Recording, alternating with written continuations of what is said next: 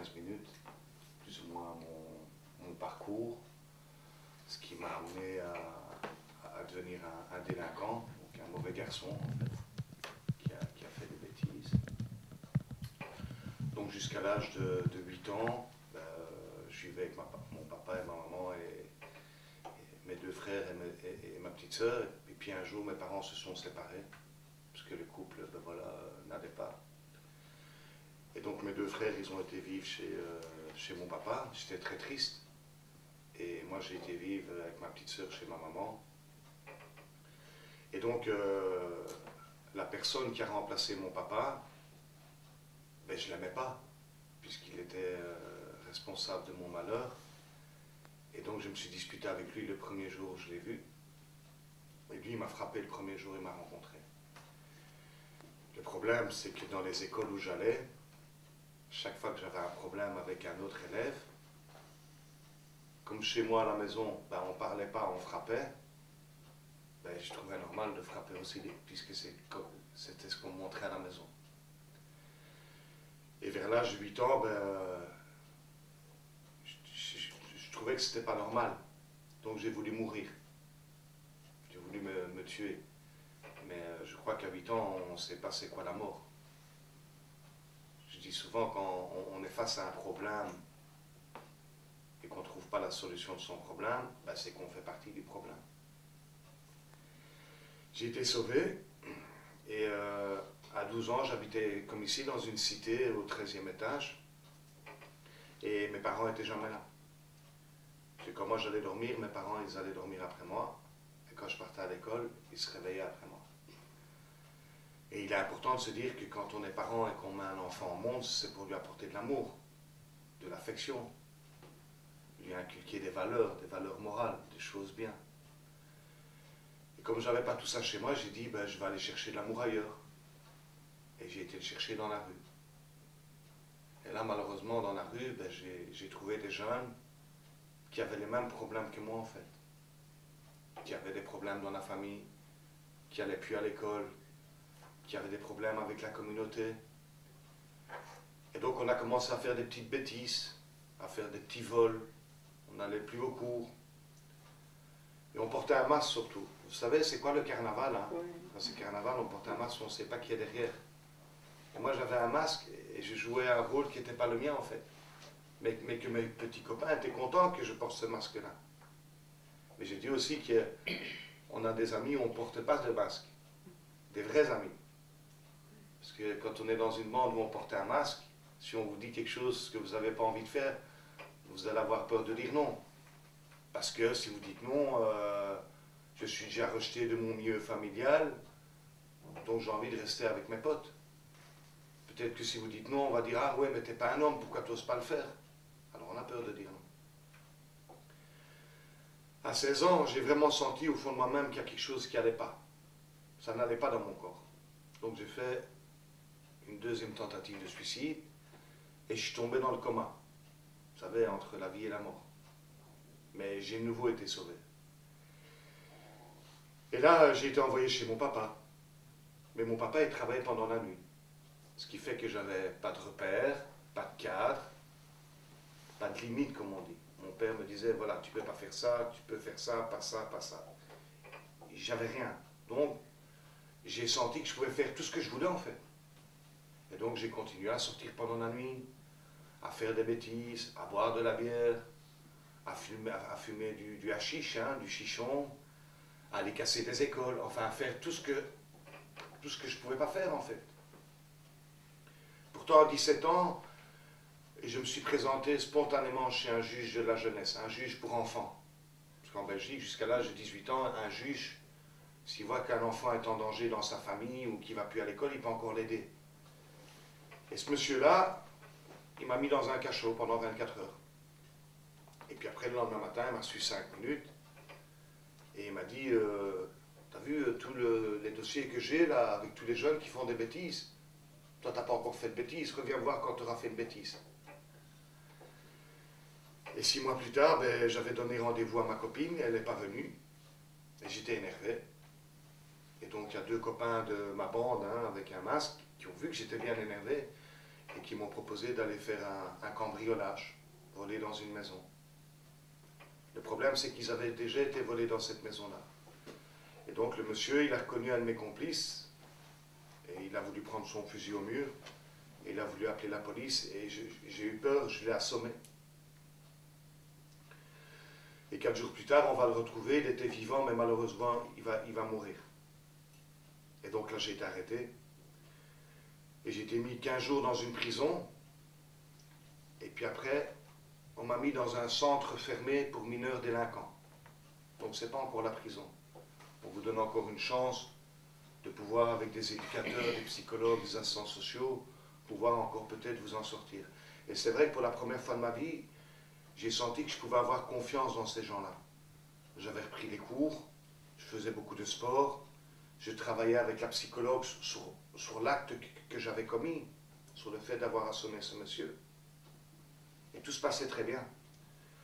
Sauf que le juge pour enfants a décidé de dire non, tu ne vas pas rester là, on va t'envoyer dans une prison pour des adultes et tu vas être jugé comme un adulte. Alors là, je l'ai très mal pris. Parce que entre moi et le monde adulte, c'est comme s'il y avait un fossé qui s'était creusé. J'avais plus confiance dans l'adulte. Le procès est arrivé. C'était très dur parce que c'était la première fois que je voyais les visages de mes victimes, en fait, qui étaient en colère et qui avaient de la haine. C'était très dur aussi parce que mes parents, ils sont venus à la barre hein, pendant un procès et ils pleuraient. Parce qu'ils entendaient les gens dans le public qui disaient « Mais c'est quoi ces parents? C'est des parents, ils en ont fait un assassin. » Ça faisait mal aussi parce que j'avais des gens que j'avais dans des bandes positives, des vrais amis, qui étaient à la barre aussi, témoignaient pour moi et qui me regardaient et qui disaient « Mais pourquoi tu m'as amené là ?» Et j'avais dit à mon avocat que si je prenais 15 ans et un jour de prison, je m'évaderais, et j'en ai pris 18. Donc je me suis encore enfoncé, et je me suis évadé de prison. Malheureusement, au bout de 14 heures de cette cavale, moi qui n'avais jamais eu une arme à feu en main, j'ai pris l'arme d'un policier, et malheureusement, sans le savoir, je l'ai tué. Pour la 2e fois. Alors là, ils ne vont me mettre pas en prison, ils vont me mettre dans ce qu'on appelle la prison dans la prison. C'est un quartier d'isolement, où vous n'allez plus voir personne. Et ça va durer 3 ans comme ça. Donc pendant 3 ans, j'ai été soumis à la torture mentale. Ma famille m'a laissé tomber, mes amis m'ont laissé tomber, même l'aumônier m'a laissé tomber. Il m'a laissé une Bible, que j'ai lue 3 fois d'ailleurs.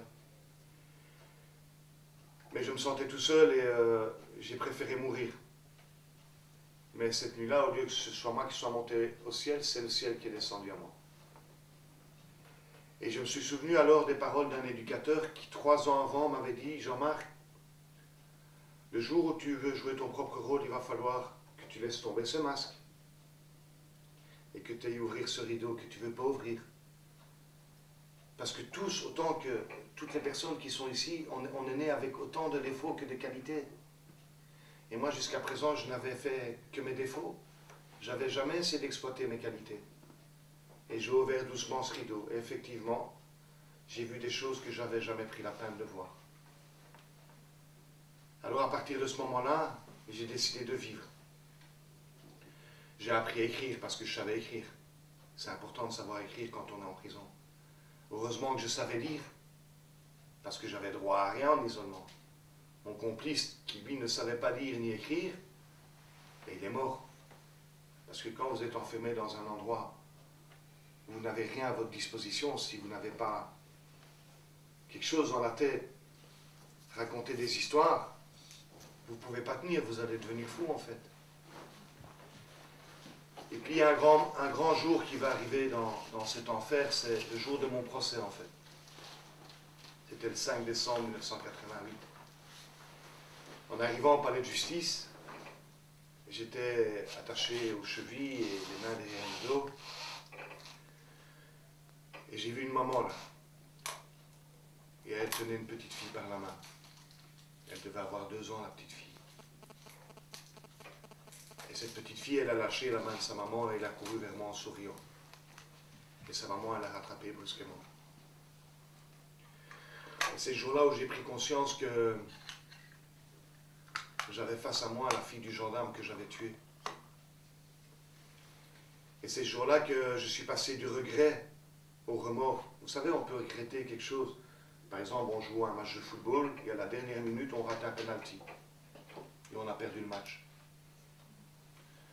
Mais le remords, c'est quand on fait quelque chose à une morale donnée qu'on ne peut pas faire. On sait qu'on ne peut pas faire cette chose-là. Mais on le fait quand même. Et le remords, ça amène la tristesse, le chagrin. Et ça, je vais vivre avec ça toute ma vie, avec ça. Donc j'en avais vraiment rien à foutre du verdict, en fait. Et je vais être condamné à 19 ans à plus d'un demi-siècle de prison, 50 ans de prison. Pourtant, j'ai décidé de vivre. Et c'est vraiment en isolement, dans ce monde à l'écart du monde, que je vais parvenir à remonter ma vie marche après marche. Prendre conscience de qui j'étais, malgré le mal que j'avais fait, mais que je pouvais encore apporter de l'humanité, que je pouvais encore grandir, que je pouvais apprendre des choses. Vous savez, durant ces 3 ans d'isolement, ce qui m'a tenu debout, c'est la radio, par exemple. La radio, c'était mon ouverture sur le monde. J'avais des professeurs, je les écoutais. La culture, l'ouverture, apprendre des livres, j'ai appris plein de choses. Et enfin, le jour le plus important de ma vie est arrivé, c'était le 27 mars 1990. Ce jour-là, on m'a annoncé que je quittais le pays des morts pour rejoindre le pays des vivants. Et ce jour-là, je me suis dit, à partir d'aujourd'hui, si je peux faire quelque chose pour les autres, j'allais le faire. Le premier combat que j'ai mené, c'est prendre un bic et 2 feuilles et dénoncer tout ce que j'avais vécu là-bas. Parce que c'était pas normal. Quand on met quelqu'un en isolement, c'est parce que l'État, on a décidé de tuer cette personne-là, elle va se tuer toute seule. En prison, tout se fait par écrit. Hein. On a un papier pour tout, pour aller voir le médecin, il faut faire un papier. Pour aller à la visite, il faut faire un papier. Pour aller à l'avocat, il faut faire un papier. Donc tous ces gens qui ne savaient pas lire, qui ne savaient pas écrire, ils étaient encore plus enfermés en prison. Et donc j'étais écrivain public et je les aidais à écrire des lettres, même à leur famille. Et puis en 2001, 2 ans avant ma libération, le directeur m'a dit « Monsieur Mahi, il vous manque encore quelque chose avant de sortir de prison. Il va falloir apprendre l'autorité. » Je ne sais pas ce que représente l'autorité pour vous, mais pour moi, elle est importante. Je sais que dans la vie, on ne peut pas faire tout et n'importe quoi. Il faut des repères, des limites, un cadre. Vous savez, je ne suis pas un homme libre aujourd'hui encore. Je suis ce qu'on appelle en conditionnel pendant 10 ans. Ça veut dire que j'ai des conditions à respecter. Et je préfère avoir des conditions à respecter. Je sais que je ne peux plus fréquenter d'anciens détenus, je sais que je ne peux plus voler, je sais que je ne peux plus faire de bêtises, je sais que quand je change de travail, ben, je dois prévenir mon agent de probation. Je sais que quand je déménage, je dois prévenir mon agent de probation. Pour venir ici en France, j'ai un papier dans ma poche. Quand je suis sorti de prison, je pensais que j'avais payé le solde de ma dette à la société. Vous comprenez ce que je veux dire? Mais ce n'était pas vrai en fait. Parce que sur 9 portes auxquelles j'allais frapper, il y en a 9 qui restaient fermées. Et c'est normal. Bonjour, je m'appelle Jean-Marc Mahi, j'ai fait 20 ans de prison. Et la personne dit, ben, s'il a fait 20 ans de prison, c'est qu'il a fait du mal à quelqu'un, donc c'est qu'il peut me faire du mal à moi aussi. C'est normal. Mais je peux vous assurer que j'ai toujours trouvé des 10e portes qui se sont ouvertes.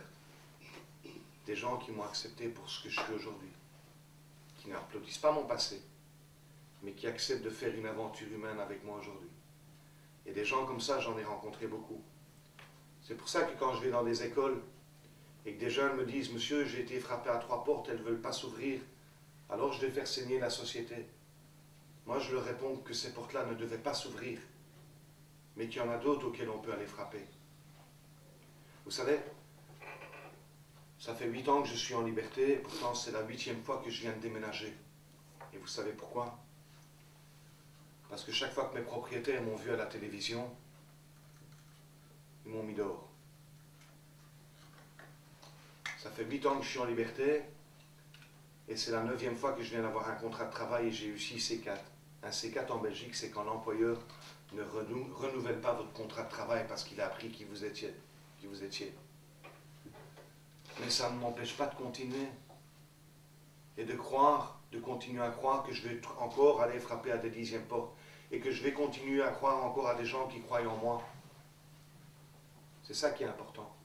Ce que j'essaye de faire aujourd'hui, c'est que le chagrin qui a animé toute la moitié de ma vie, j'essaye d'en faire de l'espoir pour les autres. Vous savez, moi je ne suis pas là pour vous faire la morale. Et je ne suis pas là pour vous juger, on m'a déjà jugé assez comme ça. Je n'ai pas un discours paternaliste. Je suis simplement là pour vous dire une histoire, je vous raconte une histoire, et on est chacun une histoire sacrée.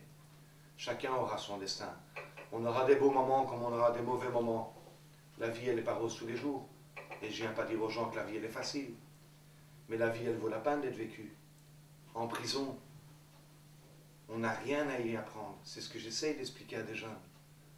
La plus grande violence qu'il y a dans une prison, il n'y en a qu'une seule.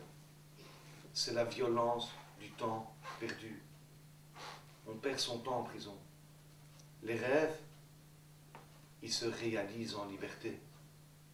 Vous savez, il y a un grand philosophe qui s'appelait Socrate qui disait « La seule chose qu'on ne peut pas enlever à un homme, même s'il est enfermé, et je peux vraiment vous dire que depuis que je suis en liberté, je connais beaucoup de gens qui sont enfermés chez eux, la seule chose qu'on ne peut pas enlever à un homme, c'est son espoir.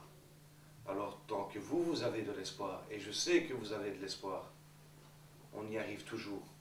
Mais je crois surtout qu'on y arrive avec les autres. On ne peut pas y arriver tout seul. C'est ça qui est important. Voilà.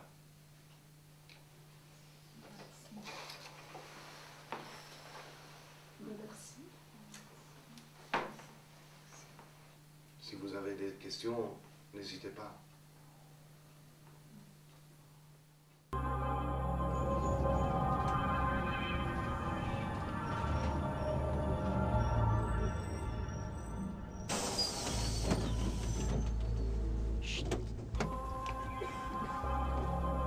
La place des géants.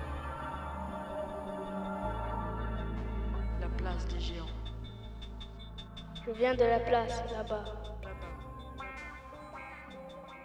Cette place qu'on appelle la place des